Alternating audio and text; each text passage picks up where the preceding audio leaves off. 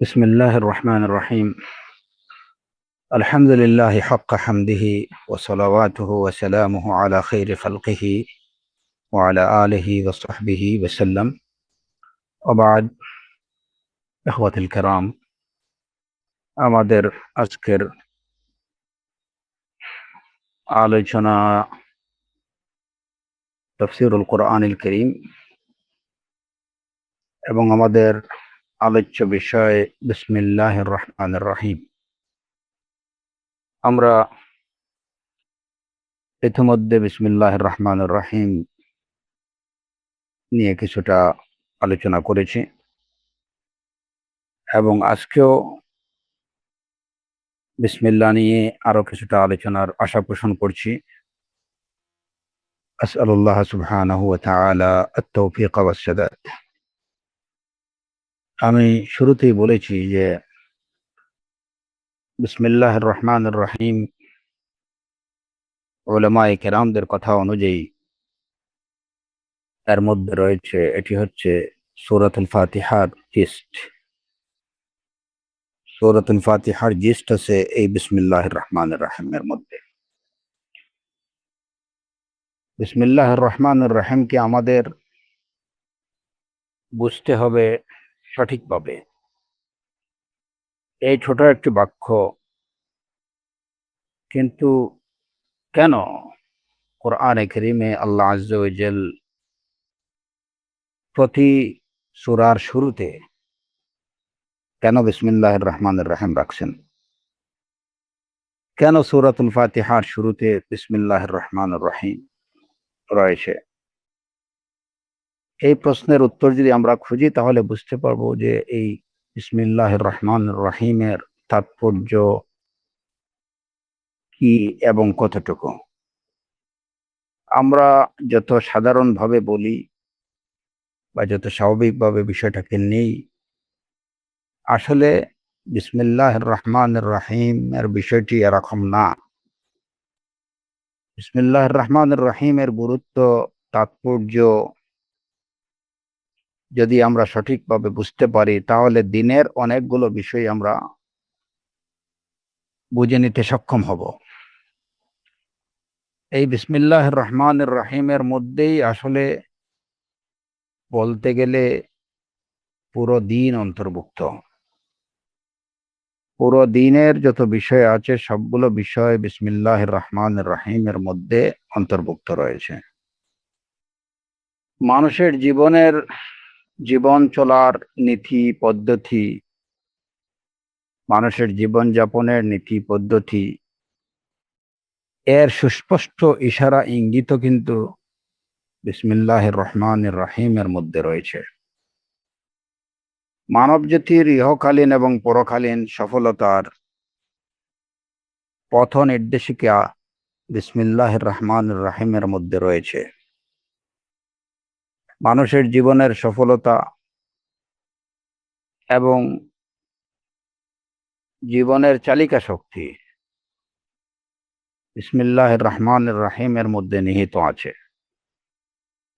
বিসমিল্লাহির রহমানির রহিম দিয়ে একজন মুসলিমের জীবনের শুরু এবং বিসমিল্লাহির রহমানির রহিম দিয়ে একজন মুসলিমের জীবনের অবসান ঘটে। জীবন এবং মৃত্যুর মধ্যখানে যে সময়টুকু, সেই সময়টুকু বিসমিল্লাহির রহমানির রহিমের মধ্যে যে চালিকা শক্তি আছে, যে শক্তি আছে, সেই শক্তি একজন মুসলিমকে পরিচালিত করে। জীবন এবং মৃত্যুর মধ্যখানের যে জীবনটুকু, জন্ম এবং মৃত্যুর মধ্যখানের যে সময়টুকু, এই সময়টুকুতে একজন মুসলিমকে পরিচালিত করে, সঠিক পথে পরিচালিত করে বিসমিল্লাহির রহমানির রহিম। যে কারণে বিসমিল্লাহির রহমানির রহিমকে যদি আমরা এর তাৎপর্য সঠিকভাবে বুঝতে পারি, উপলব্ধি করতে পারি, তাহলে আমাদের দিনের অনেকটুকুই আমরা বুঝে নিতে পারবো। আর যদি বিসমিল্লাহ সঠিকভাবে বুঝতে না বোঝা যায়, কেউ যদি না বুঝতে পারে, তাহলে সে দিনের অনেক বিষয় থেকেই সে বঞ্চিত হয়ে যাবে এবং বলতে গেলে সে দিনের কোনো কিছুই সঠিকভাবে জানতে পারবে না, বুঝতে পারবে না। আমাদের জীবনের শুরু বিসমিল্লাহ দিয়ে। বাহ্যিকভাবে আমরা যদি দেখি যে একজন মুসলিম এবং একজন মুসলিমা তারা যখন স্বামী স্ত্রী হিসাবে তাদের সাক্ষাৎ হয় বিসমিল্লাহির রহমানির রহিম দিয়ে, তাদের বিয়ের খুতবা পাঠ করা হয় বিসমিল্লাহির রহমানির রহিম দিয়ে। সুতরাং একটা মুসলিম শিশুর জন্মই বলা যায় যে শুরু হয় বিসমিল্লাহ দিয়ে। মৃত্যুর পরে কবরে যখন কোনো মুসলিমকে দাফন করা হয়, কবরস্থ করা হয়, তখনও বলা হয় বিসমিল্লাহ ওয়া আলা মিল্লাতি রাসূলিল্লাহ, কিংবা বিসমিল্লাহ ওয়া আলা সুন্নতি রাসূলিল্লাহ, এই বলে তাকে কবরস্থ করা হয়। সুতরাং একজন মুসলিমের জন্ম শুরু বিসমিল্লাহ দিয়ে, তার জীবনের অবসান, পৃথিবী থেকে তার বিদায়ও বিসমিল্লাহ দিয়ে। কেন?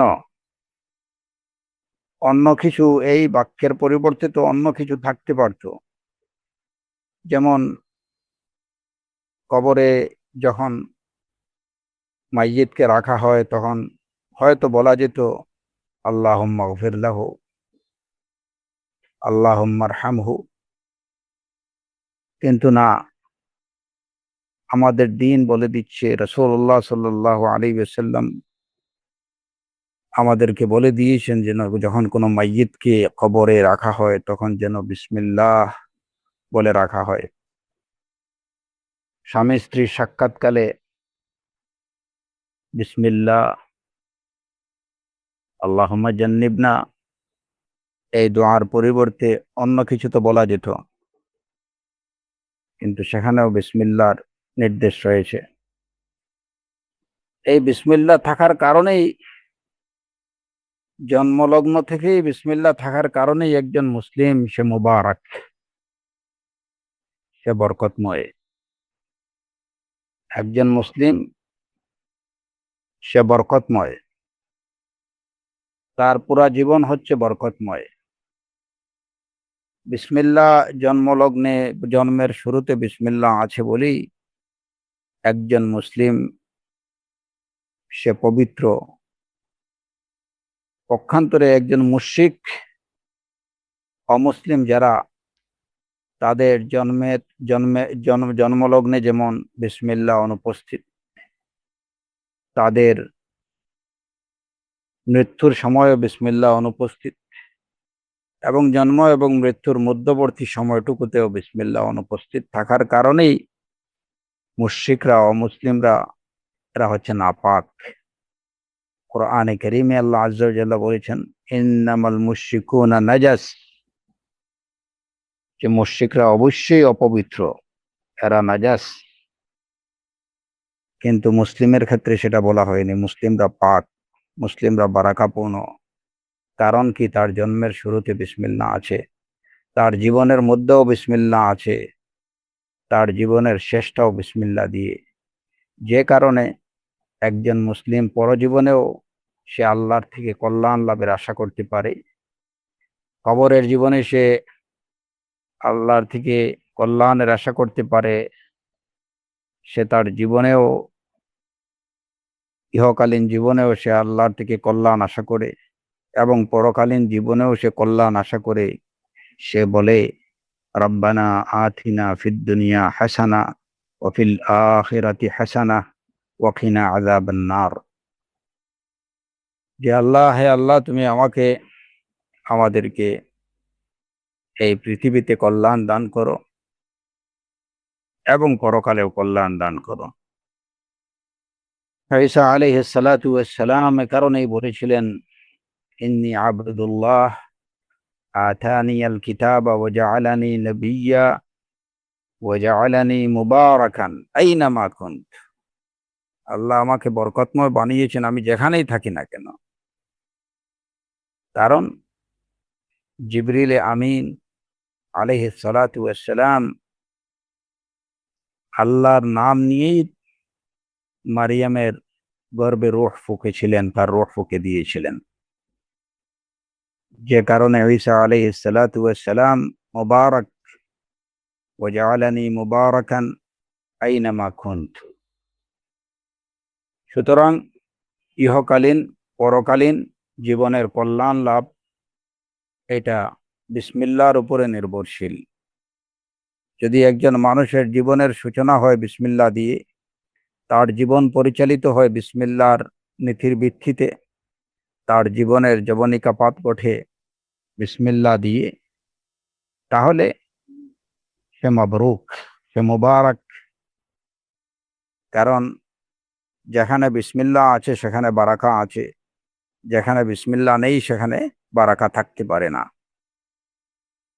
সুতরাং এই বিসমিল্লাহর গুরুত্ব একজন মুসলিমের জীবনে অপরিসীম। তার কল্যাণ এবং অকল্যাণ নির্ভরশীল হচ্ছে বিসমিল্লাহর উপস্থিতি এবং বিসমিল্লাহর অনুপস্থিতির উপরে। এবং একথা সর্বক্ষেত্রেই আমাদের মনে রাখতে হবে যে বিসমিল্লাহর কল্যাণ, বিসমিল্লাহর ওপরে বিশ্বাস যার যতটুকু থাকবে, বিসমিল্লাহর কল্যাণ সে ততটুকু লাভ করবে। কারণ এক ব্যক্তি সে অন্তঃকরণ থেকে মনে প্রাণে বিসমিল্লাহর তাৎপর্য বুঝে, বিসমিল্লাহর অর্থ বুঝে, বিসমিল্লাহর উপরে সে বিশ্বাসী, পরিপূর্ণ বিশ্বাসী হয়ে সে মুখে বিসমিল্লাহির রহমানির রহিম বলছে, কিংবা তার লেখার শুরুতে বিসমিল্লাহ লিখছে, কাজের শুরুতে বিসমিল্লাহ বলছে, তার কাজ যতটুকু বরকতপূর্ণ হবে। অন্য ব্যক্তি যে এই বিসমিল্লাহর গুরুত্ব তাৎপর্য ততটুকু না বুঝে কেবলমাত্র মুখে বিসমিল্লাহ বলবে, সে সমান বারাকা লাভ করতে পারবে না। সুতরাং বারাকাত লাভের তারতম্যটা নির্ভর করে এই বিসমিল্লাহর উপরে। যার বিশ্বাস যত বেশি দৃঢ়, যার বিশ্বাস যত উঁচু মানের হবে, সে বিসমিল্লাহর বারাকা ততটুকু লাভ করতে পারবে। সবাই সমানভাবে বিসমিল্লাহ বললেই সবাই সমানভাবে যে এর বারাকা লাভ করতে পারবে, এই ধারণা ভুল। তবে অবশ্যই যারা বিসমিল্লাহ বলে না আর যারা বিসমিল্লাহ বলে, সেটা বুঝে হোক কিংবা না বুঝেই হোক, তার অর্থটা বুঝে হোক কিংবা না বুঝেই হোক, যারা বিসমিল্লাহ বলে না আর যারা বিসমিল্লাহ বলে, এরা উভয় সমান হতে পারে না। কারণ যারা বিসমিল্লাহ বলে না, এদের পুরো কাজটাই সবকিছুই বরকতহীন। আর যারা বিসমিল্লাহ বলে, তাদের কাজের মধ্যে বারাকা থাকে, তাদের সবকিছুর মধ্যেই বারাকা থাকে। সুতরাং আমাদের এই বিশ্বাস পোষণ করতে হবে যে বিসমিল্লাহর মধ্যেই আমাদের কল্যাণ লাভ কিংবা কল্যাণ থেকে বর্জিত হওয়ার পিছনে যে কারণ থাকবে সেটা হচ্ছে বিসমিল্লাহর অনুপস্থিতি, আর কল্যাণ লাভ নির্ভর করবে বিসমিল্লাহির রহমানির রহিমের উপরে। তো মানব জীবনের সফলতা লাভের অন্যতম এক চাবিকাঠি হলো এই বিসমিল্লাহির রহমানির রহিম। আল্লাহ আযজা ওয়া জাল্লা প্রতিটি সূরা আর কোরআনে কারীমের একমাত্র সূরাতুল বারাত ব্যতীত, মানে সূরাতুত তাওবা ব্যতীত, অন্য সকল সূরার শুরুতে বিসমিল্লাহির রহমানির রহিম রেখেছেন। সূরাতুল ফাতিহা, যেটা হচ্ছে একদম প্রারম্ভিক সূরা, কোরআনে কারীমের ওপেনিং যে সূরা দিয়ে, সেই সূরার ওপেনিং হচ্ছে বিসমিল্লাহির রহমানির রহিম। আল্লাহ আযজা ওয়া জাল বিসমিল্লাহির রহমানির রহিমকে বানিয়েছেন ওপেনিং, সূরার ওপেনিং। এইখান থেকে বোঝা যায় বিসমিল্লাহর গুরুত্ব কত অপরিসীম। তো সুলাইমান আলাইহিস সালাতু ওয়াস সালাম, তিনি তার চিঠিতে লিখে পাঠালেন, ইন্নাহু মিন সুলাইমান ওয়া ইন্নাহু বিসমিল্লাহির রহমানির রহিম। বিসমিল্লাহ বলে এই চিঠি পাঠিয়েছিলেন। আল্লাহ আযজা ওয়া জাল্লা এই চিঠির বারাকা তাকে দিয়েছিলেন, যে যে প্রাণীর কাছে চিঠি পাঠিয়েছিলেন তিনি তার কাছে এসে আত্মসমর্পণ করেছিলেন। বিসমিল্লাহ হলো মুসলিম জীবনের চালিকা শক্তি। একজন মুসলিমের তার জীবন চলার শক্তি যোগায় বিসমিল্লাহির রহমানির রহিম। নূহ আলাইহিস সালাতু ওয়াস সালামের নৌকা এই প্রবল ঘূর্ণাবতের মধ্যেও চলেছিল, জলোচ্ছ্বাসের মধ্যে চলছিল কিসের শক্তিতে? বিসমিল্লাহ, বিসমিল্লাহর শক্তিতে। বিসমিল্লাহি মাজরেহা ওয়া মুরসাহা ইন্না রাব্বি লাগফুরুর রহিম ওয়া হিয়া তাজরি ফিল বাহরি ওয়া হিয়া তাজরি ওয়া হিয়া তাজরি ফিল ওয়া হিয়া তাজরি ফিল মাওজি কাল জিবাল। পাহাড়ের মতো উঁচু উঁচু ঢেউয়ের মধ্যে তার নৌকা চলছিল। কোন শক্তিতে সেই নৌকা চলছিল? তখন তো কোনো ইঞ্জিনের ব্যবস্থা ছিল না, আধুনিক কোনো যন্ত্রপাতি ছিল না। তাহলে এই প্রবল, যে আল্লাহ আযজা ওয়া জাল্লা বলছেন ওয়াহিয়া তাজরি ফিল মাওজি কাল জিবাল, পর্বতের ন্যায়, পাহাড়ের ন্যায় উঁচু উঁচু বিশাল ঢেউয়ের মধ্যে সেই নৌকা চলছিল। কোন শক্তির ভিত্তিতে? বিসমিল্লাহি মাজরিহা ওয়া মুরসাহা ইন্না রাব্বি লাগফুরুর রহিম, সেই বিসমিল্লাহর শক্তিতে। তাহলে নূহ আলাইহিস সালাতু ওয়াস সালামের সেই নৌকা পাহাড় সমান ঢেউয়ের মধ্যে চলল কোনো ইঞ্জিন ছাড়া, এবং অত্যন্ত নিরাপদে সেটা তীরে ভিড়ল। না তার নৌযানের কোনো ক্ষতি হলো, না তার আরোহীদের কোনো ক্ষতি হলো, সবাই নিরাপদে নিশ্চিন্তে তারা তীরে পৌঁছালো। যে বিসমিল্লাহর শক্তিতে, সেই বিসমিল্লাহ কি আজ সেই শক্তি হারিয়ে ফেলেছে? আদৌ না। সেই বিসমিল্লাহ আছে এবং কিয়ামত পর্যন্ত থাকবে।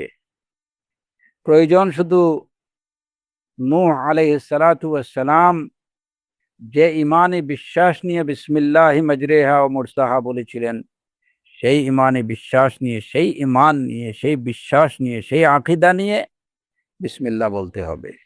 বিসমিল্লাহর কার্যকারিতা আজ অবধি অটুট আছে এবং কিয়ামত পর্যন্ত অটুট থাকবে।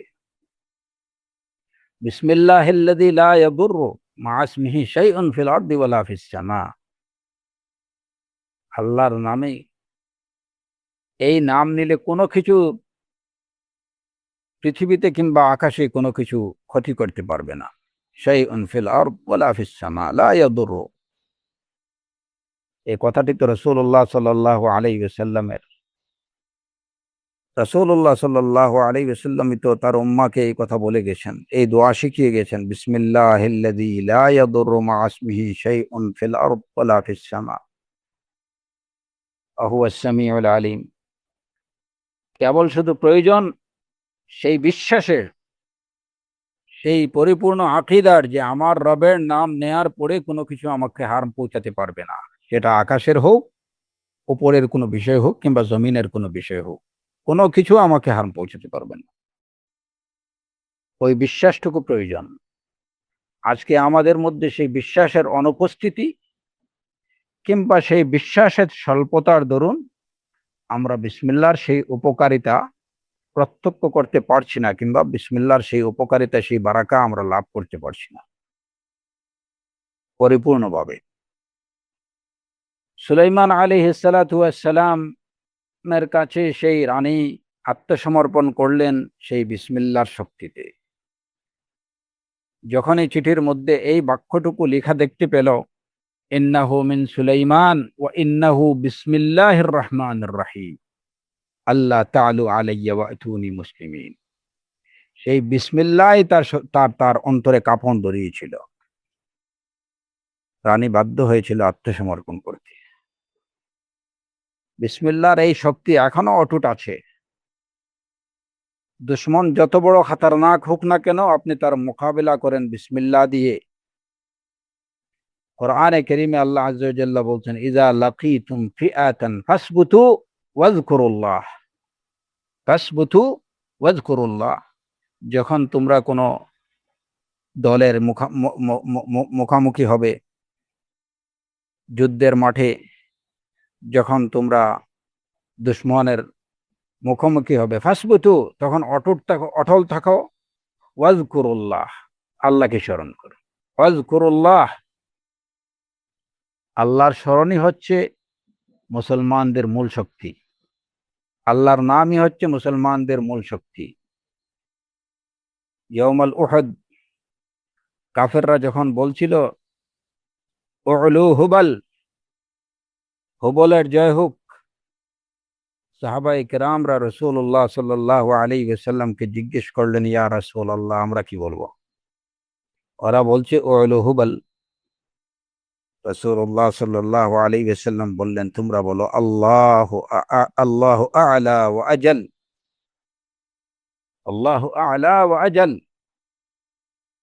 এই তাকবীর মুশরিকদের অন্তরে কাঁপন ধরিয়েছিল। যুদ্ধের ময়দানে টিকে থাকার চাবিকাঠি কি? আল্লাহর নাম। ফাসবুতু ওয়াজকুরুল্লাহ, ফাসবুতু ওয়াজকুরুল্লাহ, ইযা লাকীতুম ফিআতান ফাসবুতু ওয়াজকুরুল্লাহ। দুশমন যত বড় শক্তিশালী হোক না কেন, যত বড় পরাশক্তি হোক না কেন, মুসলিমদের অস্ত্র হচ্ছে বিসমিল্লাহ, আল্লাহর স্মরণ, আল্লাহর নাম। মুসলিমের শক্তি কিন্তু, মুসলমানদের শক্তি নিহিত রয়েছে বিসমিল্লাহর মধ্যে, আল্লাহর নামের মধ্যে। আল্লাহু আকবার। সহিহ মুসলিমের হাদিস, যেটি আবু হুরায়রা রাদিয়াল্লাহু আনহু থেকে বর্ণিত, যে এই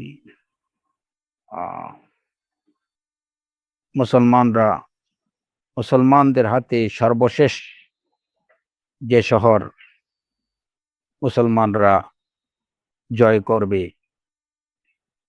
সেটা হচ্ছে কনস্টান্টিনিয়া,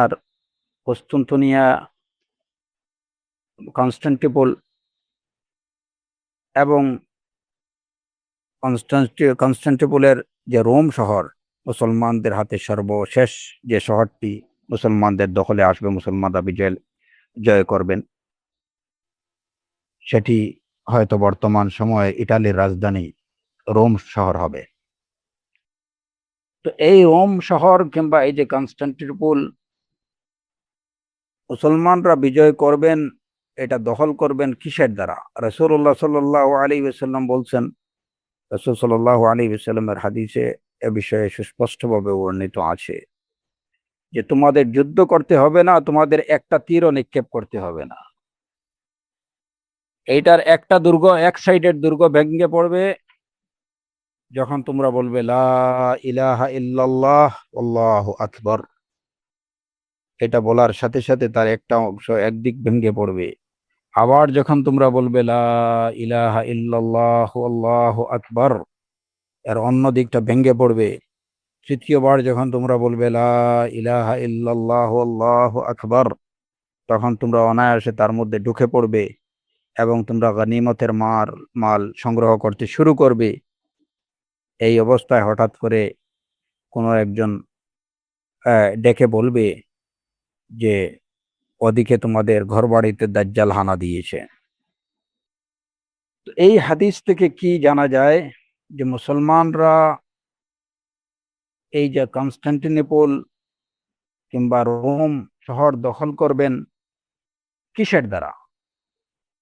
অস্ত্রের জোরে নাকি সৈন্য সংখ্যার জোরে?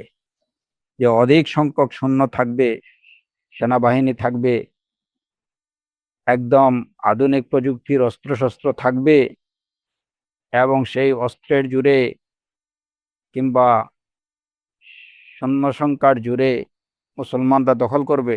না, ওগুলো কোনো কিছুরই প্রয়োজন হবে না। শুধুমাত্র প্রয়োজন হবে আল্লাহর জিকির, লা ইলাহা ইল্লাল্লাহ আল্লাহু আকবার। এটা রাসূলুল্লাহ সাল্লাল্লাহু আলাইহি ওয়াসাল্লামের বিশুদ্ধ হাদিস। এর থেকে কি প্রমাণিত হয়? যদিও কনস্টান্টিনোপল ইতিমধ্যে একবার মুহাম্মদ আল ফাতিহের সময়ে, ওসমানিয়ত খেলাফতের সময় একবার মুসলমানরা দখল করছেন, কিন্তু সেই সময় এটা যুদ্ধের মাধ্যমে মুসলমানদের দখলে আসে। তবে সর্বশেষ যখন এটি মুসলমানদের দখলে আসবে, তখন কোনো অস্ত্র কিংবা গোলাবারুদ কোনো কিছু ব্যয় করতে হবে না। মুসলমানদের একটা তীরও নিক্ষেপ করতে হবে না, কেবলমাত্র লা ইলাহা ইল্লাল্লাহ আল্লাহু আকবার এই তাকবীরের মাধ্যমেই এই শহর মুসলমানদের দখলে আসবে, মুসলমানরা জয় করবে। তাহলে বোঝা গেল যে মুসলমানদের মূল শক্তি কিসের মধ্যে? আল্লাহর নামের মধ্যে, আল্লাহর স্মরণের মধ্যে, আল্লাহর জিক্রের মধ্যে। আর এই জিকিরের যে শব্দগুলো আছে এর মধ্যে ইল্লাল্লাহ, লা ইলাহা ইল্লাল্লাহ, এই আল্লাহ নামটি সর্বাগ্রে রয়েছে। আর সেই আল্লাহ নামটির শিক্ষা রয়েছে বিসমিল্লাহির রহমানির রহিমের মধ্যে, যে শুরুই করছি আমরা আল্লাহর নাম দিয়ে।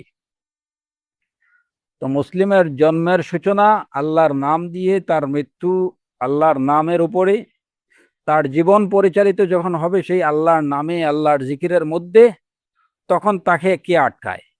এই মুসলিম পরাশক্তি, এই মুসলিম অপরাজেয়, তাকে কেউ আটকাতে পারবে না। এবং তার সামনে দুনিয়ার যত বড় মহাশক্তি পরাশক্তি যাই হোক না কেন, কোনো কিছুই তার সামনে টিকে থাকতে পারবে না।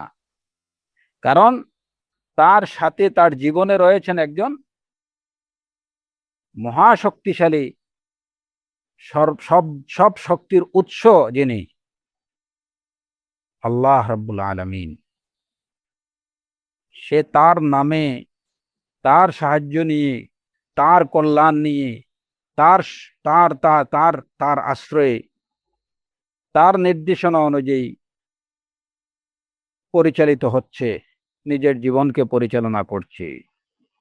সুতরাং সেই মহা শক্তিশালী, পরম শক্তিশালী আল্লাহ রাব্বুল আলামিনের আশ্রয়ে যে থাকবে, তার সাহায্য যে প্রাপ্ত হবে, তাকে দুনিয়ার কোনো শক্তি আটকাতে পারবে না এবং তার সামনে দুনিয়ার কোনো শক্তি দাঁড়াতে পারবে না।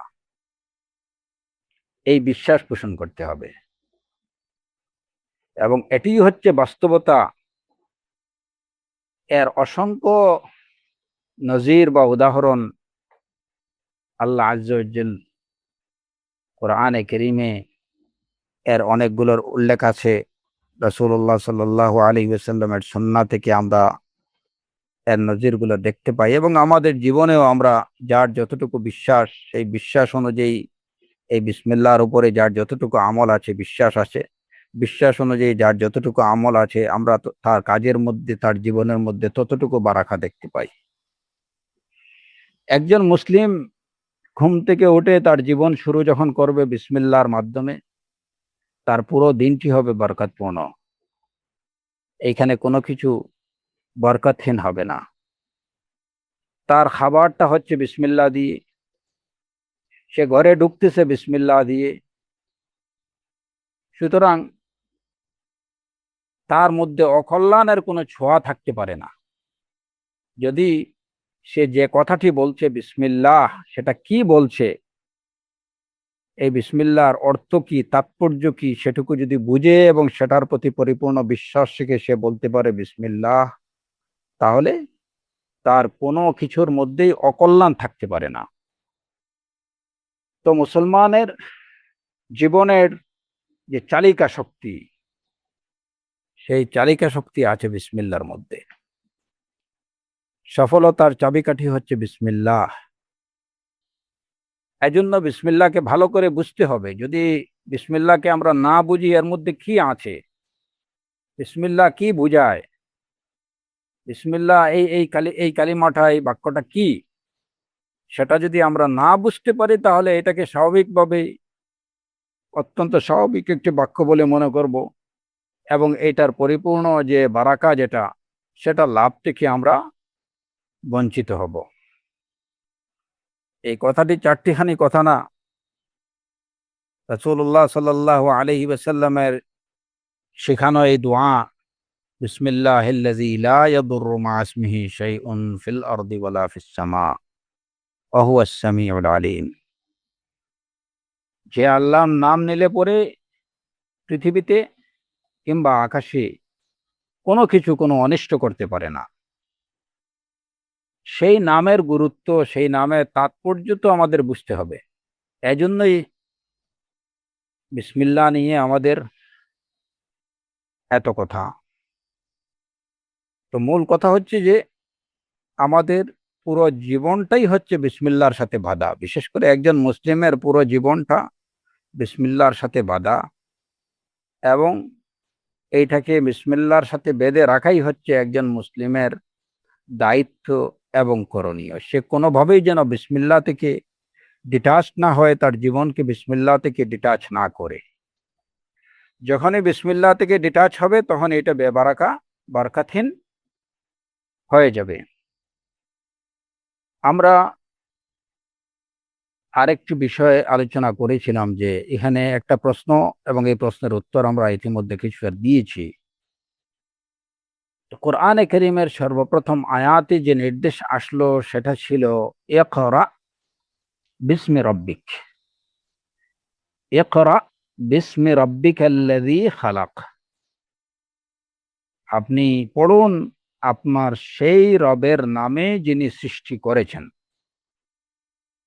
সেই রবের নামে যিনি সৃষ্টি করেছেন। এই আয়াতে লক্ষ্য করুন, নির্দেশ আসলো সেই রবের নামে পড়া যিনি সৃষ্টি করেছেন, বিইসমি রব্বিক আল্লাযী খালাক। এখন কারো মনের মধ্যে এই শুবহাত তৈরি হতে পারে বা এই শুভা তৈরি হতে পারে, সন্দেহ।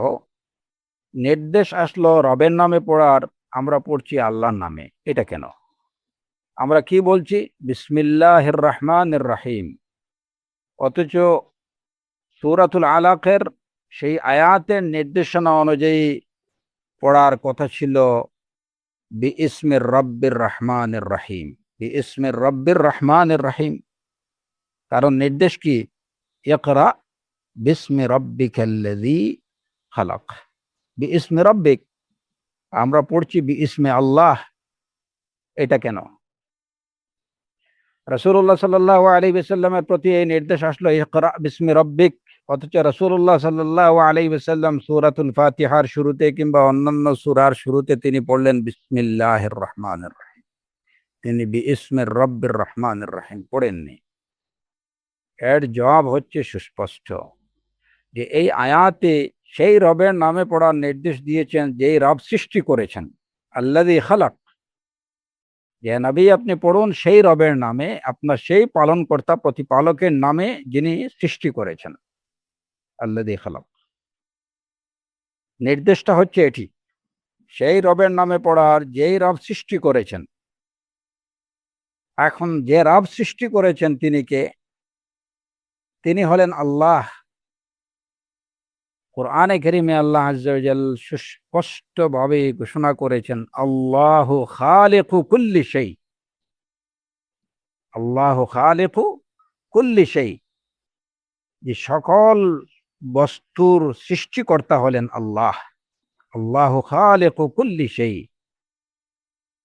যেহেতু আল্লাহ হলেন সকল বস্তুর সৃষ্টিকর্তা, আর ওই আয়াতে নির্দেশ আসলো সেই রবের নামে পড়ুন যে রব সৃষ্টি করেছেন, আর সকল বস্তুর সৃষ্টিকর্তা হলেন আল্লাহ, যে কারণে আমরা বিইসমির রব্বির রহমানির রহিম না বলে বিসমিল্লাহির রহমানির রহিমই পড়া হয়, এবং এটি সকল সূরার শুরুতে পড়ার নির্দেশ রয়েছে। আল্লাহু খালিকু কুল্লি শাই। এখন এখানে আরেকটি প্রশ্ন কারো মনে জাগতে পারে, যে আমরা বিসমিল্লাহির রহমানির রহিম এইটুকু বিসমিল্লাহ, এই আল্লাহ শব্দের পরিবর্তে আল্লাহর অন্য কোনো নাম, অন্য কোনো সিফাত দিয়ে তো আমরা শুরু করতে পারতাম। বিইসমির রাজ্জাক আর রহমান আর রহিম, রিজিক দাতা আল্লাহর রহমানুর রহিমের নামে শুরু করছি, এটা বলা যেত। কিন্তু না, সেটা বলার নির্দেশ নেই, এই কারণে যে আল্লাহু খালিকু কুল্লি শাই, সকল বস্তুর সৃষ্টিকর্তা আল্লাহ, এই বিষয়ে কারো কোনো ডাউট নেই। একদম সাধারণ বিবেক বা সুষ্ঠু বিবেক যাদের মধ্যে আছে, কেউ এই বিষয়টা অস্বীকার করবে না যে সকল বস্তুর প্রকৃত সৃষ্টিকর্তা হলেন আল্লাহ, এটাকে কেউ অস্বীকার করতে পারে না যার মধ্যে সুষ্ঠু বিবেক আছে। বিকৃত বিবেক সম্পন্ন যারা, তাদের কথা এরা তো হিসাবের বাইরে, এরা তো হচ্ছে অপদার্থ, অমানুষ, এদের এদের কথা বলে লাভ নেই। কিন্তু যারা মানুষ এবং যাদের মধ্যে সুষ্ঠু বিবেক আছে, সে মুশরিক হোক, ইহুদি হোক, খ্রিস্টান হোক, যাই হোক, অন্য যে কোনো ধর্মাবলম্বী হোক, যদি তার বিবেক সুষ্ঠু থাকে, সঠিক মান খালাকাস সামাওয়াতি ওয়াল আরদ লা ইয়াকুলুন্না আল্লাহ, মার রাব্বুস সামাওয়াতি ওয়াল আরদ, আল্লাহ, এটা কেউ অস্বীকার করতে পারে না। পক্ষান্তরে এখানে অন্য কোনো নাম বা অন্য কোনো সিফাতের কথা যদি আসতো, তাহলে সেখানে শয়তানের এই সংশয় তৈরি করার অনেক সুযোগ থাকতো। যেমন যদি এখানে বিইসমির রাজ্জাকির রহমানির রহিম বলা হতো, তাহলে রাজ্জাক বা রিজিকদাতা, দেখা যেত যে অনেক মানুষের মনের মধ্যে এই সংশয় জাগতো যে আমার রিজিকটা তো আমার কোম্পানি থেকে আসে, আমার রিজিকটা তো আমার বস দেয়, আমার রিজিকটা আমার জব থেকে আসে, আমার রিজিকটা আমার বিজনেস থেকে আসে। এই সব সংশয়ের অবতারণার যথেষ্ট সুযোগ ওইখানে থাকতো। কিন্তু এমন এক সিফতের কথা বলা হলো, আল্লাহ আযজা ওয়া জাল্লা, ইকরা বিসমি রাব্বিকাল্লাযী খালাক, পড়ুন সেই রবের নামে যিনি সৃষ্টি করেছেন। কারণ সৃষ্টিকর্তা আল্লাহ, এই বিষয়ে কারো কোনো দ্বিমত নেই। ইকরা বিসমি রাব্বিকাল্লাযী খালাক, নতুবা সেখানে অন্য নির্দেশ আসতো, ইকরা বিসমি রাব্বিকাল্লাযী রাযাকাক, ইকরা বিসমি রাব্বিকাল্লাযী আহইয়াক, ইকরা বিসমি রাব্বিকাল্লাযী আমাতাক, ইকরা বিসমি রাব্বিকাল্লাযী আরশাদাক। হ্যাঁ, এরকম অনেক অন্যান্য সিফাতের কথা থাকতো, কিন্তু নির্দেশ আসলো ওই রবের নামে পড়ুন যিনি সৃষ্টি করেছেন, আল্লাযী খালাকাক। এর কারণ হলো যে সকল সমগ্র জগতের সকল কিছুর সৃষ্টিকর্তা হলেন আল্লাহ আযজা ওয়া জাল। এইটা কোনো মুসলিম অমুসলিম কেউ যাদের মধ্যে সুষ্ঠু বিবেক বুদ্ধি সম্পন্ন প্রতিটি মানুষ একথা স্বীকার করতে বাধ্য যে সকল কিছুর সৃষ্টিকর্তা হলেন আল্লাহ আযজা ওয়া জাল।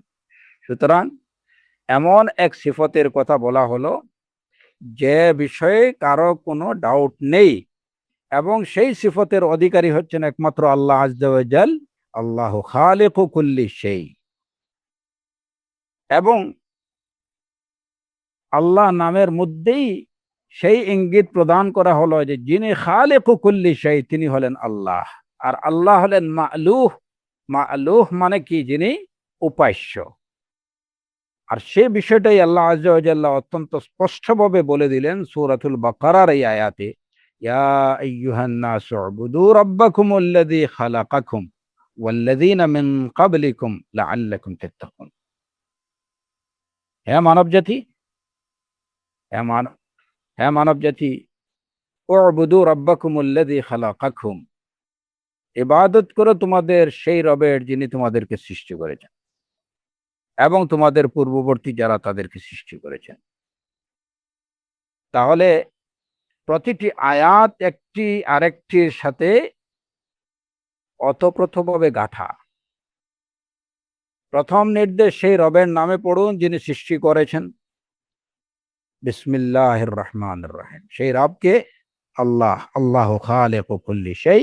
সুতরাং পড়া হলো বিসমিল্লাহির রহমানির রহিম, বিসমিল্লাহ। আবার যিনি সৃষ্টি করেছেন তিনি যেহেতু আল্লাহ, অতএব তিনি মা'লুহ, তিনি উপাস্য। কেন? যিনি সৃষ্টি করেছেন, উপাসনা তারই হওয়ার কথা। এটাও কিন্তু কোনো সুষ্ঠু বিবেক অস্বীকার করতে পারে না। যিনি সৃষ্টিকর্তা হবেন তিনি হবেন উপাস্য। সকল উপাসনা, সকল বন্দেগী তারই পাওয়ার দাবি, একমাত্র দাবি, অন্য কেউ পেতে পারে না। এজন্য আল্লাহ আযজা ওয়া জাল্লা নির্দেশ দিলেন, উবুদু রাব্বাকুমুল্লাযী খালাকাকুম ওয়াল্লাযীনা মিন ক্বাবলিকুম, সেই রবের ইবাদত করো যিনি তোমাদেরকে সৃষ্টি করেছেন এবং যিনি তোমাদের পূর্ববর্তী যারা তাদেরকে সৃষ্টি করেছেন।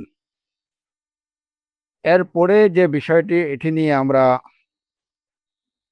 কিছুটা আলোচনা করেছি, তারপরেও আরেকটু বিষয়টা আলোচনা প্রয়োজন মনে করছি।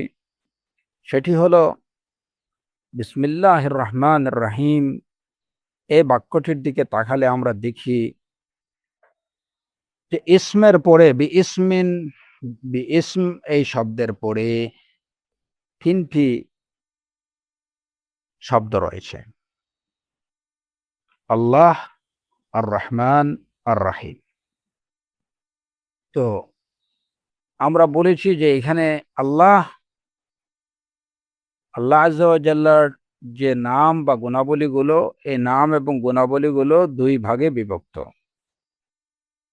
প্রধানত দুই ভাগে বিভক্ত। একটি হচ্ছে জালালি এবং আরেকটি হচ্ছে জামালি। তো জালালি নাম হচ্ছে আল্লাহ, আর জামালি নাম হচ্ছে আর রহমান, আর রাহিম। জালালি এবং জামালি বলতে আরো সহজভাবে আপনারা এইভাবে বুঝতে পারেন যে যে নামের দ্বারা অন্তরের মধ্যে ভয় তৈরি হয়, বা যে সিফতের আল্লাহর যে সিফতের উল্লেখ করলে অন্তরের মধ্যে ভয় তৈরি হয়, ভয় আসে, এ ধরনের নামগুলো বা সিফাতগুলোকে জালালি নাম, আসমা বা সিফাত বলা হয়। আর যে নামগুলো বা যে সিফাতগুলো শুনলে পরে অন্তরের মধ্যে আশা, ভরসা, মোহাব্বা তৈরি হয়, আগ্রহ তৈরি হয়, এই এই ধরনের নাম বা গুণাবলীগুলোকে জামালি নাম বা গুণাবলী বলা হয়। আল্লাহ এই নামটি হচ্ছে জালালি নাম, ইসমুল জালাল। আল্লাহ, লিমানিল মুলকুল ইয়াউম লিল্লাহিল ওয়াহিদিল কাহ্হার, লিল্লাহিল ওয়াহিদিল কাহ্হার। ইয়াউমাল কিয়ামা আল্লাহ আজ্জা ওয়া জাল্লা যখন জিজ্ঞেস করবেন লিমানিল মুলকুল ইয়াউম, আজকের দিনের রাজত্ব কার, কোরআনে কারীমে আল্লাহ বলে দিচ্ছেন লিল্লাহিল ওয়াহিদিল কাহ্হার। এখানে যে তিনটি নাম বা সিফতে আসছে, সেই তিনটি হচ্ছে জালালি নাম এবং সিফত। আল্লাহ, আল ওয়াহিদ, আল কাহ্হার, এই তিনটি হচ্ছে জালালি। আর রহমান, আর রহিম, আল লতিফ, আর রাউফ, আল করিম, এরকম যত নাম গুণাবলী আছে এগুলা হচ্ছে জামালি পর্যায়ভুক্ত। তো এখানে আল্লাহ এই নামটি হচ্ছে জালালি, এবং আর রহমান এবং আর রহিম এই দুটি নামই হচ্ছে জামালি। এখন কথা হলো এই বিষয়ে আমরা বলেছি, এরপরে আরেকটু বিষয়টা একটু ব্যাখ্যা করে দিচ্ছি। আর রহমান এবং আর রাহিম দুটি কিন্তু রাহমাত ধাতু থেকে এটার উৎপত্তি বা বিকাশ, রাহমাত থেকে আর রহমান, আর রাহিম। এখন প্রশ্নটা হলো এই জায়গায়, এবং এই প্রশ্নের উত্তর যখন আমরা খুঁজবো তখন আরেকটু বিসমিল্লাহকে আমরা ভালো করে বুঝতে পারবো। যেখানে আল্লাহ একটি জালালি একটি নাম উল্লেখ করা হলো, সেটি হচ্ছে আল্লাহ, তাহলে যুক্তির দাবি ছিল যে জামালি একটি নাম বা একটি সিফত উল্লেখ করা হবে কেবল আর রহমান অথবা আর রাহিম। কিন্তু দেখা গেল যে ওই জায়গাতে জামালি দুটি নাম উল্লেখ করা হলো, আর রহমান এবং আর রাহিম। এটি কেন? জালালি একটি নামের উল্লেখ, জামালি একটি হওয়ার কথা, এটাই যুক্তির দাবি। কিন্তু আমরা দেখতে পাই বিসমিল্লাহির রহমানির রহিমের মধ্যে আল্লাহ সুবহানাহু ওয়া তাআলা তার একটি জালালি নাম রেখেছেন এবং দুটি জামালি নাম এনেছেন। এটা কেন? এটার সহজ সরল উত্তর হলো আল্লাহ আজ্জা ওয়া জাল্লা নিজেই বলে দিয়েছেন, ইন্না রাহমাতি সাবাকাত গাযাবি, আমার রাহমত আমার গজব থেকে প্রাধান্য পেয়েছে, মানে আমার রহমত আমার গজব থেকে বেশি। আমার খুদ যতটুকু তার থেকে আমার দয়া অনেক বেশি। ইন্না রাহমাতি সাবাকাত গাদাবি। এবং এইটাই যে আল্লাহ আজ্জা ওয়া জাল্লার বৈশিষ্ট্য, তারই প্রমাণ হচ্ছে বিসমিল্লাহির রহমানির রহিম। আল্লাহ আজ্জা ওয়া জাল্লা তার জালালি একটি নামের কথা উল্লেখ করেছেন, একটি নাম বলেছেন, এর পরিপ্রেক্ষিতে জামালি দুটো নামের কথা বলেছেন, আর রহমান আর রহিম। ইন্না রাহমাতি সাবাকাত গাদাবি। এবং এই রহমান নাম যত জায়গায় এসেছে আপনারা দেখবেন যে প্রতিটি জায়গায় আল্লাহর রহমতের, যেখানেই আল্লাহর রাহমা প্রয়োজন সেখানেই রহমান বা রাহিম এ ধরনের জামালি নাম বা গুণাবলীর কথা উল্লেখ আছে। আর যেখানেই ভয়ের বিষয় আছে, ভয় দেখানো বা ভয়ের বিষয় যেখানে আছে সেখানে আল্লাহ নামের উল্লেখ রয়েছে। যেমন দেখেন, আর রহমানু আলাল আরশি ইস্তাওয়া। আর রহমানু আলাল আরশি ইস্তাওয়া, এখানে আল্লাহ আলাল আরশি ইস্তাওয়া এটা আল্লাহ আযজা ওয়া জাল্লা বলেননি, বলেছেন আর রহমানু আলাল আরশি ইস্তাওয়া। কেন? এই আরশের নিচে যারা আছে তাদের প্রতি যদি আল্লাহ তার দয়ার প্রদর্শন না করেন, কিংবা তার দয়ার সিফত নিয়ে যদি তিনি আরশে না থাকেন, আরশের উপরে, তাহলে আরশের নিচে যারা আছে তাদের অস্তিত্ব বিলীন হয়ে যেত। তিনি রহমান বলেই তার আরশের নিচে যারা আছে, মানে এই পৃথিবীতে কাফির মুশরিক সবাই বসবাস করতে পারছে, নতুবা এদের অস্তিত্ব থাকতো না। আল্লাহ আযজা ওয়া জাল রহমান হিসেবেই আরশের উপরে আছেন। আর রহমান আলাল আরশি ইস্তাওয়া। আল্লাহ যদি তার জামালি তাবিয়াত নিয়ে থাকতেন, ও জালালি তাবিয়াতের বহির্প্রকাশ করত পৃথিবীবাসীর প্রতি, তাহলে কোন কাফির এখানে এক ফোঁটা পানিও পেত না। আর রহমান আলাল আরশি ইস্তাওয়া। আর রহমান আল্লামাল কুরআন খালাকাল ইনসান আল্লামাহুল বায়ান। এই যে সূরাতুর রহমানে আল্লাহ আযজা ওয়া জাল তার যে সমস্ত বৈশিষ্ট্যের কথা বললেন, যে রহমান তিনি কোরআন শিখিয়েছেন, তিনি মানবকে, মানব জাতিকে সৃষ্টি করেছেন, তাকে বয়ান শিখিয়েছেন, এই সব হচ্ছে তার দয়ার বহির্প্রকাশ, তার রাহমানিয়তের বহির্প্রকাশ, তার রাহমতের বহির্প্রকাশ। তিনি তার নিজ দয়াগুণে মানব জাতিকে সৃষ্টি করেছেন, তিনি কোরআন শিখিয়েছেন, বয়ান শিখিয়েছেন তার নিজ দয়াগুণে। এর জন্য এখানে তার জামালি সিফতের কথা উল্লেখ করা হয়েছে, আর রহমান। তো যেহেতু আল্লাহ আযজা ওয়া জাল্লার খুদ থেকে আল্লাহর রাহমা অনেক বেশি, সেটার প্রতি ইঙ্গিত করেই আল্লাহ আযজা ওয়া জাল বিসমিল্লাহির রহমানির রহিমের মধ্যে তার জামালি দুটো নাম উল্লেখ করেছেন এবং জালালি কেবল একটি নামের উল্লেখ করেছেন, সেটি হচ্ছে আল্লাহ। এবং এই যে বিষয়টা যে আল্লাহর রাহমা, আল্লাহর কুদ থেকে আল্লাহর রাহমা অনেক বেশি, এ বিষয়টি জাগতিক যে সমস্ত বিষয় আছে সে বিষয়গুলোতেও এর প্রমাণ পাওয়া যায়। আবার শরীয়তের যে বিষয়গুলো আছে সেইখানেও এই সত্যতার প্রমাণ পাওয়া যায়। হাদিসে কুদসিতে আল্লাহ আযজা ওয়া জাল্লা যে কথাটি বলেছেন, ইন্না রাহমাতি সাবাকাত গাদাবি, এটা জগতের জাগতিক বিষয়গুলোতেও এর প্রমাণ আমরা দেখতে পাই, এবং শরঈ বিষয় যেগুলো আছে সেগুলো সে সমস্ত বিষয়েও কিন্তু এর প্রমাণ দেখা যায়, প্রমাণ পাওয়া যায়।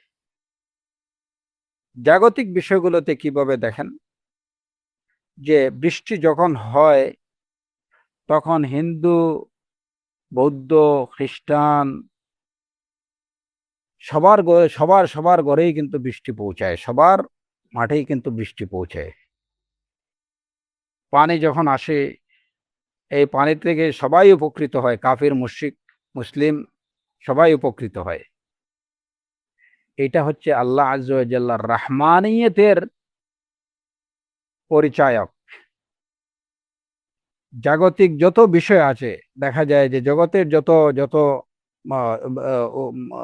উপকারী বিষয় আছে, এগুলা থেকে কাফির, মুসলিম, মুশরিক সবাই কিন্তু উপকৃত হচ্ছে সমানভাবে। অনেক ক্ষেত্রে দেখা যায় যে অমুসলিমরা মুসলিমদের থেকে বেশি উপকৃত হচ্ছে, অথচ সেগুলো তো আল্লাহরই সৃষ্টি, আল্লাহরই দান। সেই দানগুলো তো অমুসলিমদের পাওয়ার কথা ছিল না, কিন্তু আল্লাহ আজ্জা ওয়া জাল্লা রহমান। আল্লাহ, আল্লাহর একটি নাম হচ্ছে আর রহমান। তিনি রহমান বলেই কিন্তু জাগতিক এই সমস্ত নিয়ামতগুলো মুসলিম অমুসলিম সবাই উপভোগ করতে পারছে। তিনি রহমান না হলে কিন্তু কাফিররা এই পৃথিবীতে এক ফোঁটা পানিও পেত না, পাওয়ার অধিকার তাদের ছিল না। কারণ যে আল্লাহ তাদেরকে সৃষ্টি করেছেন, যে আল্লাহ তাদেরকে অস্তিত্ব থেকে অস্তিত্ব দান করেছেন, তারা সেই আল্লাহর সাথে শিরিক করছে, সেই আল্লাহর সাথে অংশী স্থাপন করছে। সুতরাং এই পৃথিবীতে তাদের বসবাসের কোনো অধিকার থাকতো না। কিন্তু আল্লাহ সুবহানাহু ওয়া তাআলা তিনি আর রহমান বলেই, এবং তার খুদ থেকে তার রহমত প্রাধান্য পেয়েছে বলেই কাফিররা এই দুনিয়াতে বসবাস করতে পারছে, অমুসলিমরা এই দুনিয়াতে বসবাস করতে পারছে। আল্লাহর নাফরমানি করার পরেও, প্রকাশ্যে আল্লাহর বিরোধিতা করা সত্ত্বেও এই দুনিয়াতে তারা বসবাস করতে পারছে। এটা হচ্ছে ওই বিষয়টির প্রমাণ যে আল্লাহ আজ্জা ওয়া জাল্লা যেটা হাদিসে কুদসিতে বলেছেন যে আমার ক্রোধ থেকে আমার রহমত প্রাধান্য পেয়ে গেছে, আমার দয়ার গুণটা আমার ক্রোধ থেকে বেশি, অনেক অনেক বেশি। ইন্না রাহমাতি সাবাকাত গাদাবি। আজকে দেখেন, অমুসলিমের জমিনে যেমন ফসল ফসল ফসল আল্লাহ আজ্জা ওয়া জাল্লা দিচ্ছেন, মুসলিমের জমিনে যেমন ফসল দিচ্ছেন, অমুসলিমের জমিনেও ঠিক তেমনি ভাবে ফসল দিচ্ছেন। অথচ অমুসলিমের জমিতে কোনো ফসল হওয়ার কথা ছিল না। সে তার সৃষ্টিকর্তার নাফরমানি করছে, সে তার রবের নাফরমানি করছে প্রতিনিয়ত, সে তার সৃষ্টিকর্তার, তার রবের সাথে শিরিক করছে। কিন্তু তারপরেও একজন মুসলিমের জমিতে যেভাবে ফসল আল্লাহ আজ্জা ওয়া জাল্লা দান করছেন, একজন অমুসলিমের জমিতেও সেভাবে ফসল দিচ্ছেন। একজন মুসলিমকে যেভাবে আল্লাহ সন্তান সন্ততি দান করছেন, একজন অমুসলিমকেও সেভাবে সন্তান সন্ততি দান করছেন। একজন মুসলিমকে যেভাবে রিজিক দিচ্ছেন, অমুসলিমদেরকেও রিজিক দিচ্ছেন। এটার কারণ হচ্ছে আল্লাহ আজ্জা ওয়া জাল্লার সেই কথা, ইন্না রাহমাতি সাবাকাত গাদাবি। ইন্না রাহমাতি সাবাকাত গাদাবি। আর রহমানের পরে শুধুমাত্র বিসমিল্লাহির রহমান বলেই আল্লাহ আজ্জা ওয়া জাল্লা এখানে আমাদেরকে থামিয়ে দিতে পারতেন, কিন্তু না, তিনি তার আরেকটা গুণ অ্যাড করছেন, আর রাহিম।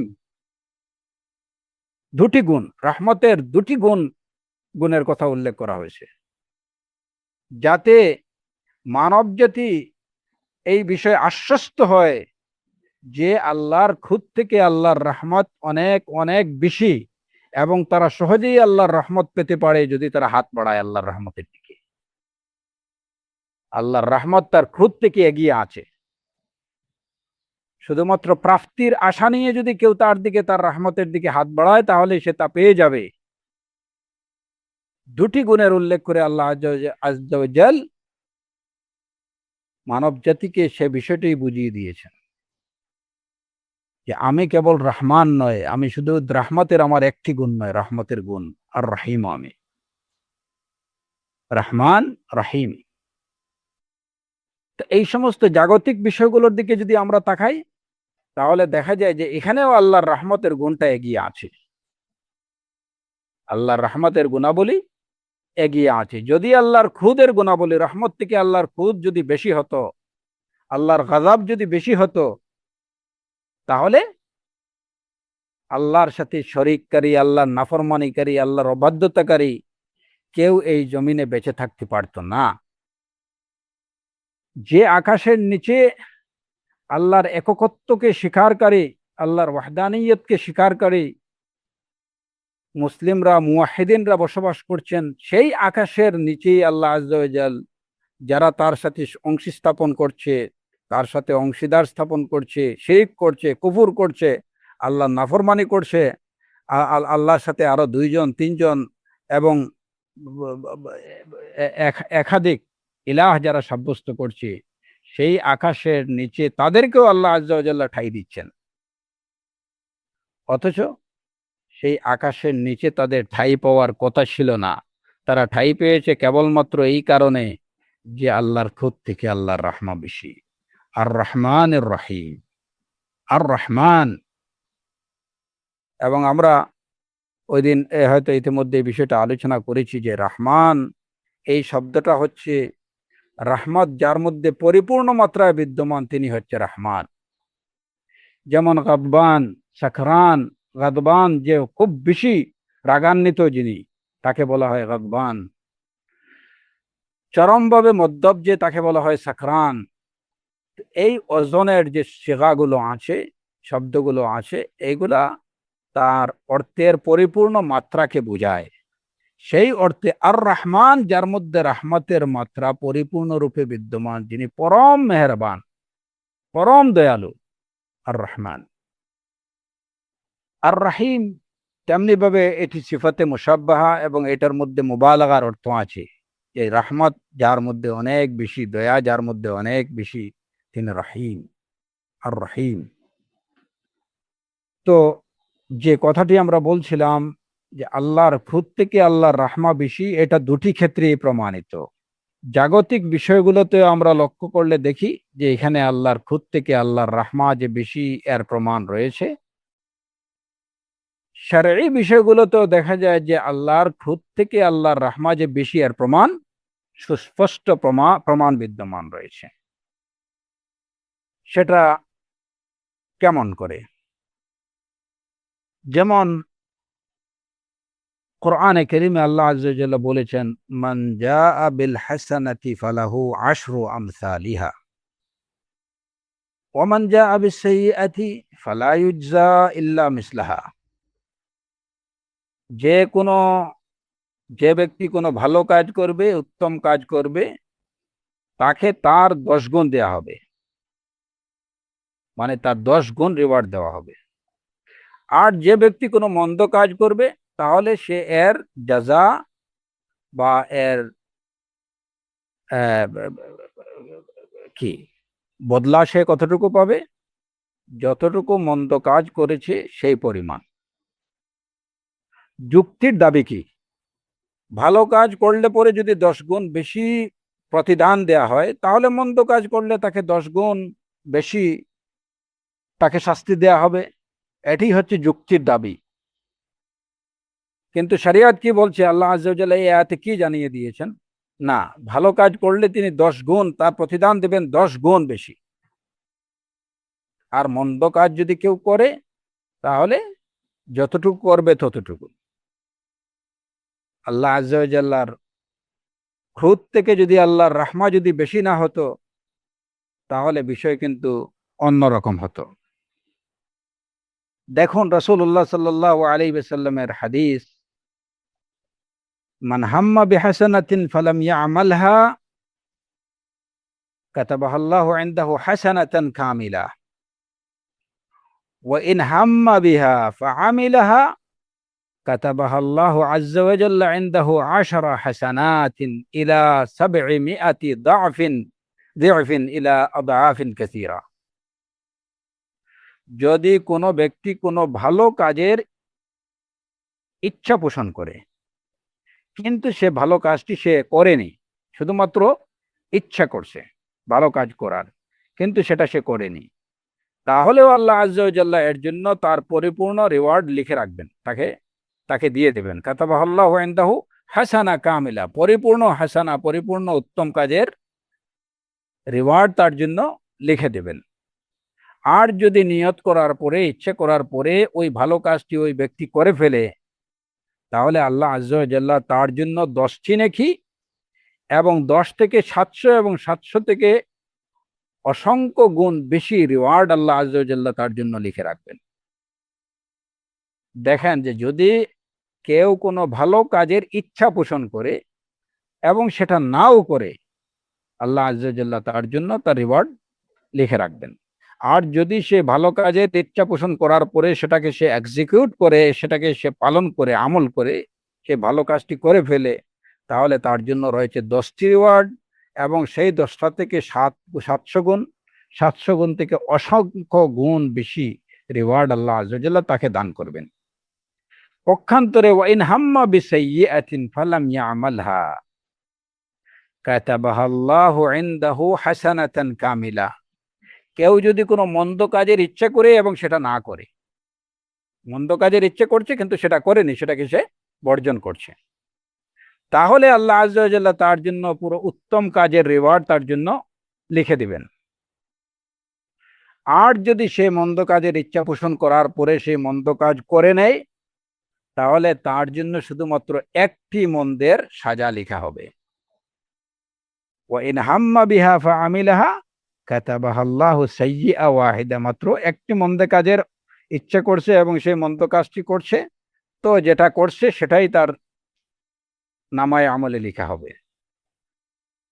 এবার দেখুন যে কে তিনি, কে সেই সত্তা, যে বান্দা যখন কোনো ভালো কাজের নিয়ত করছে কিন্তু সেটা করছেন, সেটা সে বাস্তবায়ন করেনি, শুধুমাত্র কেবল নিয়ত করছে, ইচ্ছা পোষণ করছে, সেই ভালো কাজের ইচ্ছা পোষণের জন্যই আল্লাহ আযজা ওয়া জাল্লা তার বান্দাকে সেই সেই ভালো কাজের পরিপূর্ণ রিওয়ার্ড তার জন্য লিখে রাখেন।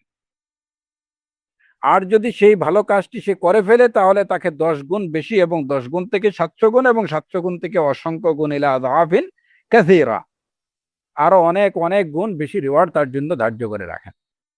পক্ষান্তরে যদি কেউ মন্দ কাজের নিয়ত করে এবং পরে সেটা কি বর্জন করে, সেই কাজটি না করে, ইচ্ছা করছে কিন্তু সেই মন্দ কাজটি সে করেনি, আল্লাহ আযজা ওয়া জাল্লা মন্দ কাজটি না করার কারণে, ইচ্ছা করছে কিন্তু সেটি করেনি, না করার কারণে আল্লাহ আযজা ওয়া জাল্লা তাকে ভালো কাজের রিওয়ার্ড তার জন্য ধার্য করে দেবেন, তার জন্য লিখে রাখবেন। আর যদি সেই মন্দ কাজটি সে করে, তাহলে কেবলমাত্র একটি মন্দ কাজের পরিবর্তে তার জন্য একটি মন্দ কাজই লেখা হবে, তার নামায়ে আমলে একটি মন্দ কাজই লেখা থাকবে। এই হচ্ছেন আর রহমান, এই হচ্ছেন আর রাহিম। নতুবা যুক্তির দাবি কি, যদি আল্লাহর ক্রোধ আল্লাহর রহমত থেকে বেশি হতো, তাহলে এই জায়গায় যে যদি কেউ কোনো মন্দ কাজের নিয়ত করত, মন্দ কাজের নিয়ত করার সাথে সাথেই তার, যদি সেটা সে করুক কিংবা নাই করুক, তার জন্য শাস্তি অবধারিত, সেই মন্দ কাজটি তার নামায়ে আমলে লেখা যেত। কিন্তু বিষয় দেখা যায় এর বিপরীত, মন্দ কাজের নিয়ত করছে কিন্তু সেটা করেনি, আল্লাহ আযজা ওয়া জাল্লা তার নামায়ে আমলে হাসানা লিখে দিচ্ছেন। কারণ কি, তিনি আর রহমানের রহিম। তার জালালি সিফত যদি নাম একটা হয়, তাহলে তার জামালি নাম হচ্ছে দুটো। সব সময় তার রহমত তার গজবের উপরে প্রাধান্য পেয়েছে, তার ক্রোধ যতটুকু তার থেকে তার রহমত অনেক অনেক গুণ বেশি। কোরআনে কারীমে আল্লাহ আযজা ওয়া জাল্লা ঘোষণা দিয়েছেন,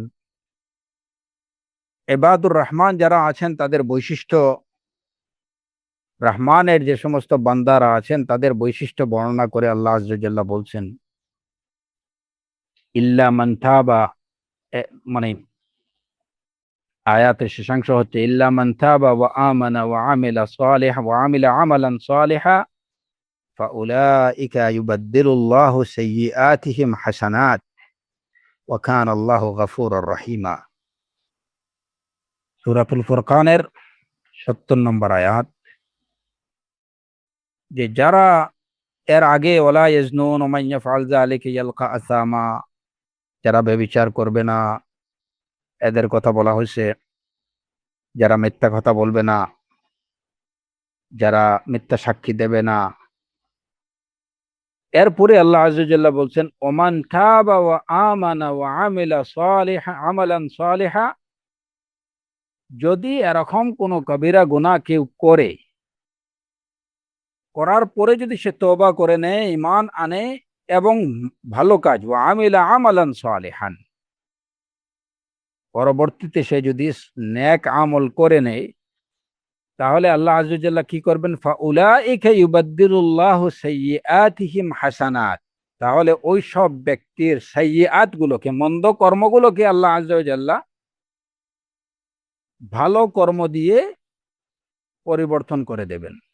তাদের মন্দ কর্মের পরিবর্তে ভালো কর্ম লিখে দিবেন। ফাউলাইকা ইউবাদদিলুল্লাহু সাইয়্যাতিহিম হাসানাত ওয়া কানা আল্লাহু গফুরার রহিমা।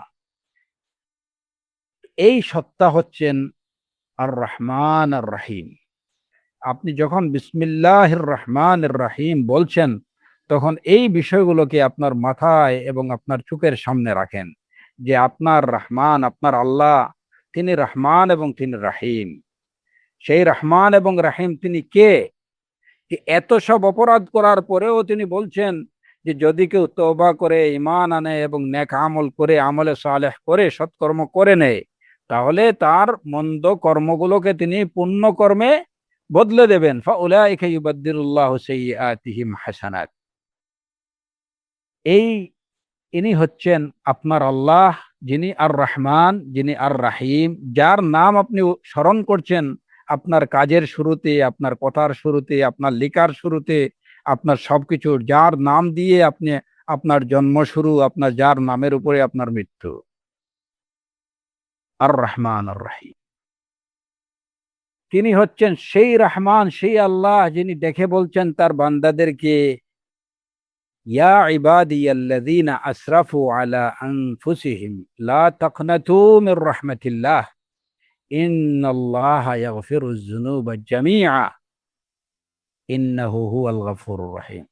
হে আমার বান্দারা, ইয়া ইবাদি আল্লাযীনা আসরাফু আলা আনফুসিহিম, যারা নিজের উপরে অনেক বেশি করে ফেলেছো, সীমাতিরিক্ত করে ফেলেছো, ইসরাফ করে ফেলেছো, অনেক বেশি জুলুম করে ফেলেছো, লা তাকনাতু মির রাহমাতিল্লাহ, তোমরা আল্লাহর রহমত থেকে নিরাশ হয়ো না। ইন্নাল্লাহা ইয়াগফিরুয যুনুবা জামিআ, অবশ্যই আল্লাহ তোমাদের সব গুনাহ ক্ষমা করে দেবেন। ইন্নাহু হুয়াল গফুরুর রহিম।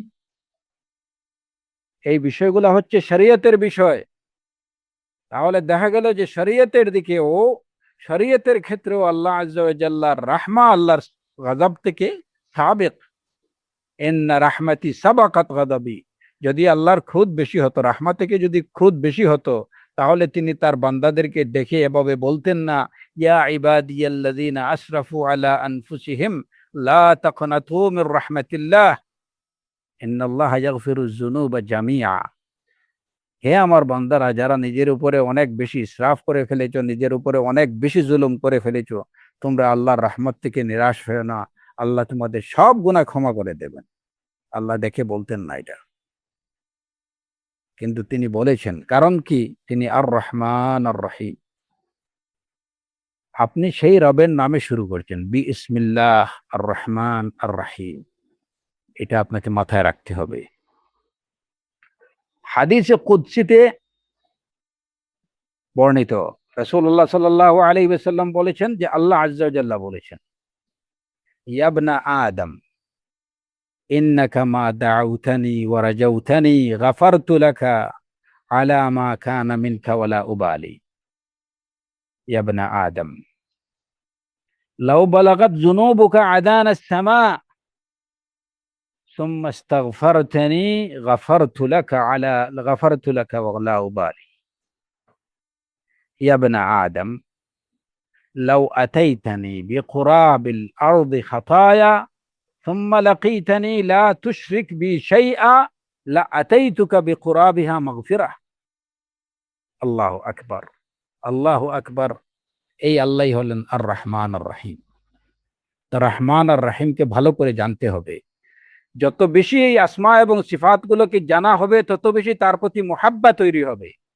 আর যত বেশি তার প্রতি মুহাব্বা তৈরি হবে, তত বেশি তার ইবাদতের মধ্যে আপনি টেস্ট পাবেন। আর যত বেশি আপনি তার ইবাদতের মধ্যে টেস্ট পাবেন, তত বেশি তার ইবাদত করবেন। যত বেশি তার ইবাদত করবেন, তত বেশি তার নৈকট্য লাভ করবেন। আর যখন তার নৈকট্য লাভ করতে সক্ষম হবেন, তখন আপনার হাত তার হাত, আপনার কথা তার কথা, আপনার চলা তার চলা। এই সব কিছুর মূলে কি? আপনাকে আপনার আল্লাহকে জানতে হবে। আপনার আল্লাহ কে? তিনি রহমান এবং রাহিম। এই হাদিসে কুদসিতে কি বলছেন আল্লাহ আযজা ওয়া জাল? হে আদম সন্তান, লাউ লাকিতানি লাউ আতাইতানি বিকুরাবিল আরদি খাতায়া, সমগ্র পৃথিবী সম পরিমাণ পাপ নিয়েও যদি তুমি আমার কাছে আসো, সুম্মা লাকিতানি লা তুশরিক বি শাইআ, আর শুধুমাত্র আমার সাথে শিরিক না করে যদি তুমি আমার সাক্ষাৎ করতে পারো, শিরিক ব্যতীত তুমি যদি পাহাড় পুরা পুরা পৃথিবী সমান গুনাহ করো, গুনাহ করে আমার কাছে আসো, কেবলমাত্র শিরিক করোনি, তো শিরিক ছাড়া যদি পৃথিবী সমান গুনাহ নিয়েও তুমি আমার কাছে আসো, লা আতাইতুকা বিকুরাবিহা মাগফিরা, তাহলে সেই পৃথিবী সমান মাগফিরাত, ক্ষমা আমি তোমাকে দেব।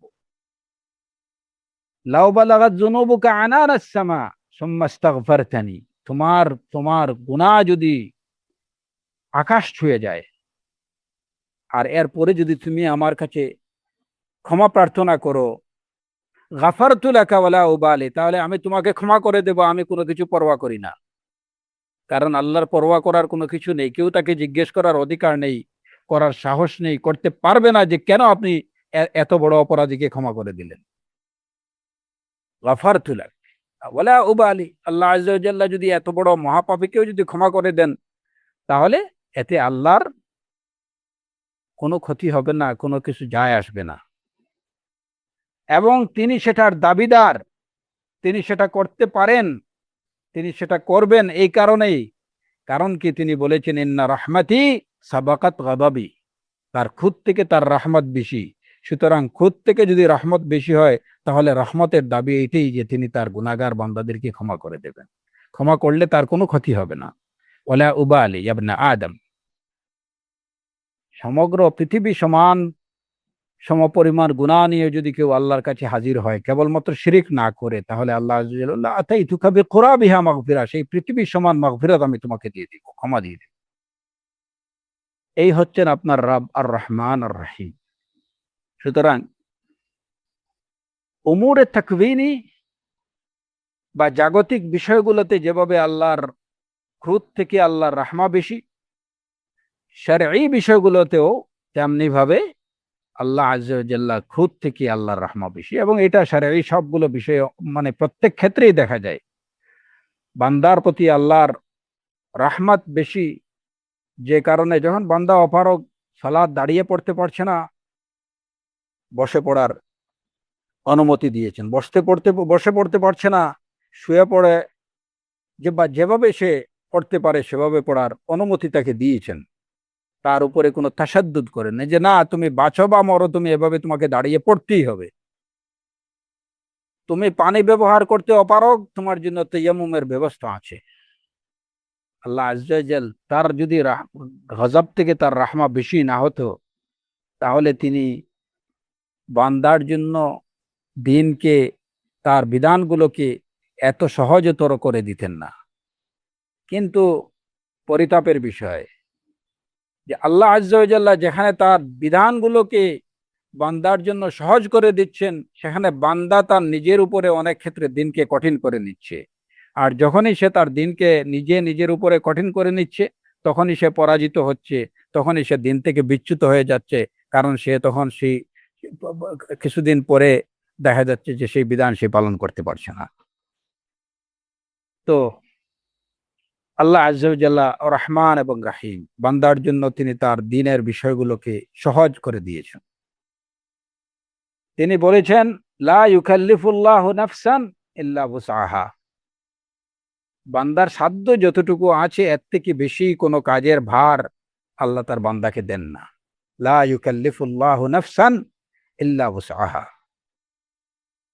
আল্লাহ আযজা ওয়া জাল কোরআনে কারীমে বলে দিয়েছেন, ফাত্তাকুল্লাহ মাসতাতা'তুম, তোমার সাধ্য যতটুকু, সাধ্য অনুযায়ী তুমি আল্লাহ তাকওয়া অবলম্বন করো। ফাত্তাকুল্লাহ মাসতাতা'তুম, এটা হচ্ছে রহমানিয়তের পরিচায়ক, আল্লাহর রহমতের পরিচায়ক। তিনি আর রহমান আর রাহিম। আপনি সেই রহমান এবং রাহিমের কথা স্মরণ করে তার নাম নিয়ে আপনি আপনার কাজ শুরু করছেন, তাহলে কেমন করে এই কাজ বরকতহীন হতে পারে? আর এত রহমত এত দয়া পাওয়ার পরেও যদি আপনি তাকে স্মরণ না করেন, তাহলে কি করে আপনার কাজ, আপনার বিষয়াদি এটা বরকতপূর্ণ হতে পারে? কিভাবে আপনি সেটা আশা করেন? আল্লাহ আজ্জা ওয়া জাল্লা আপনাকে সৃষ্টি করলেন, আল্লাহ আপনাকে জীবনের এই পর্যায়ে নিয়ে আসলেন, এতদিন আপনাকে জীবন দান করলেন। হ্যাঁ, আল্লাহ আজ্জা ওয়া জাল্লা আপনাকে আপনার দেহ সুস্থ রাখলেন, আপনাকে খাওয়ার তৌফিক দিলেন, আপনার খাবার জোগালেন, সবকিছুই আল্লাহর রহমতে হচ্ছে, কিন্তু আপনি খেতে বসে আল্লাহকে ভুলে গেলেন। তো এতে হয় কি? শয়তান এসে আপনার খাবারে অংশীদার হলো, আপনার সাথে খেতে শুরু করে এবং এরপরে এটা বদহজম করে। এখন এই খাবার, যে খাবারে যে যে আল্লাহ আপনাকে এত অনুগ্রহ করলেন, তার অনুগ্রহে আপনি আপনি খাওয়ার শক্তি পেলেন, আপনার খাবার জুগালো, সেই খাবারটুকু মুখে নিয়ে, হাতে নিয়ে আপনি আপনার রবের নামটুকু, আপনি আপনার রহমানুর রাহিম আল্লাহর নামটুকু স্মরণ করতে পারলেন না, আপনি কিরকম মুসলিম? যে আল্লাহ একটা ভালো কাজের তৌফিক আপনাকে দিলেন, শক্তি সামর্থ্য আপনাকে দিলেন, সেই কাজের শুরুতে আপনি আপনার রবের নাম স্মরণ করতে ভুলে গেলেন, আপনি কেমন মুসলিম? আপনি কি করে কল্যাণ আশা করতে পারেন? এজন্যই দেখা যায় যে বিসমিল্লাহ বর্জিত প্রতিটি কাজই হয় বাধাগ্রস্ত, প্রতিটি কাজ হয় বরকতহীন, প্রতিটি কাজ হয় লেজুর কাঠা, অ অ অ অ অ যেটাকে বলা হয় যে অসমাপ্ত, বরকতহীন, এবং পদে পদে এগুলা বাধাগ্রস্ত হয়। হয়তো অনেক সময় দেখা যায় যে সাময়িকভাবে, বেশিরভাগ মানুষই আমাদের সমাজে, কয়েকজন মানুষ আছে যে তার অফিসের হোক কিংবা তার ব্যবসা বাণিজ্যের কাজ হোক, বিসমিল্লাহ বলে শুরু করছে। যদি কোনো পরিসংখ্যান নেওয়া হয়, তাহলে দেখা যাবে যে 100-র মধ্যে 99 জন লোকই বিসমিল্লাহ বলতে হয়তো ভুলেই গেছে, অভ্যাসই নেই। এগুলোর মধ্যে বারাকা আসবে কিভাবে? সাময়িকভাবে দেখা যায় যে না, আজকে তো এত টাকা বিক্রি হলো, এত টাকা বিজনেস হলো, কিন্তু কয়দিন পরে হিসাব নিয়ে দেখেন এই টাকাগুলার অবস্থা কি হয়। যেখানে যুদ্ধের মাঠে, ব্যাটল ফিল্ডে মুসলমানদের মূল শক্তি হচ্ছে বিসমিল্লাহ। ওমর রাদিয়াল্লাহু আনহু থেকে বর্ণিত একটি আসার, যদিও এটার বর্ণনা ধারা যেটা, এটা বিশুদ্ধ না, এটার মধ্যে এটা দাঈফ, কিন্তু বিষয়বস্তুগুলো বিভিন্নভাবে যে সত্য সেটা বোঝা যায়। ওমর রাদিয়াল্লাহু আনহু থেকে বর্ণিত এরকম একটি আসার আছে যে তিনি তার বাহিনীদেরকে বলেছিলেন যে তোমরা তোমাদের শত্রুদের উপরে যে বিজয় লাভ করো, এই বিজয়টা নিজের আদাত বা উদ্দা দিয়ে নয়। ইন্নাকুম লান তানসুরু আলা আদুবিকুম বিআদাদিন ওয়ালা বিউদ্দাহ ওয়ালাকিন বিহাদাদ দ্বীন। তোমাদের শত্রুদের উপরে যে তোমরা বিজয় লাভ করো, সেটা নিজেদের সংখ্যা বেশি হওয়ার কারণে কিংবা তোমাদের কাছে অস্ত্রশস্ত্র বেশি হওয়ার কারণে যে তোমরা শত্রুদের উপরে বিজয় লাভ করো তা না। তোমাদের বিজয়ের মূল বিষয় হচ্ছে এই দিন, ওয়ালাকিন বিহাদাদ দ্বীন। এই দিন হচ্ছে, ইসলাম হচ্ছে তোমাদের মূল শক্তি। আল্লাহর প্রতি দৃঢ় বিশ্বাস, আল্লাহর একত্বের প্রতি দৃঢ় বিশ্বাস, আল্লাহর রহমানিয়তের প্রতি দৃঢ় বিশ্বাস, আল্লাহর রাহিমিয়তের প্রতি দৃঢ় বিশ্বাস, এইগুলাই হচ্ছে মুসলমানদের মূল শক্তি। যত বড় শত্রুর মুখোমুখি হন না কেন, আপনি আপনি আপনার রবকে, আল্লাহকে স্মরণ করুন, সাহায্য অবশ্যই আসবে। সে যত বড় শত্রু হোক না কেন, আপনার সামনে টিকে থাকতে পারবে না। যেভাবে আউযু বিল্লাহ দিয়ে আপনি আপনার সবচেয়ে বড় শত্রু শয়তানকে আপনি বিতাড়িত করতে পারছেন, আপনার রবের আশ্রয় যখন, আল্লাহর আশ্রয় যখন আপনি চাচ্ছেন, তখন অদৃশ্য শত্রু শয়তান আপনার থেকে পালিয়ে যাচ্ছে। সুতরাং যখন আপনি আপনার আল্লাহর নামে কোনো কাজ শুরু করবেন, তখন দৃশ্যমান কোনো শত্রু আপনাকে মোকাবেলা করতে পারবে না। মুসলমানদের ইতিহাস যদি পর্যালোচনা করা যায়, তাহলে দেখা যায় যে সর্বক্ষেত্রেই মুসলমানরা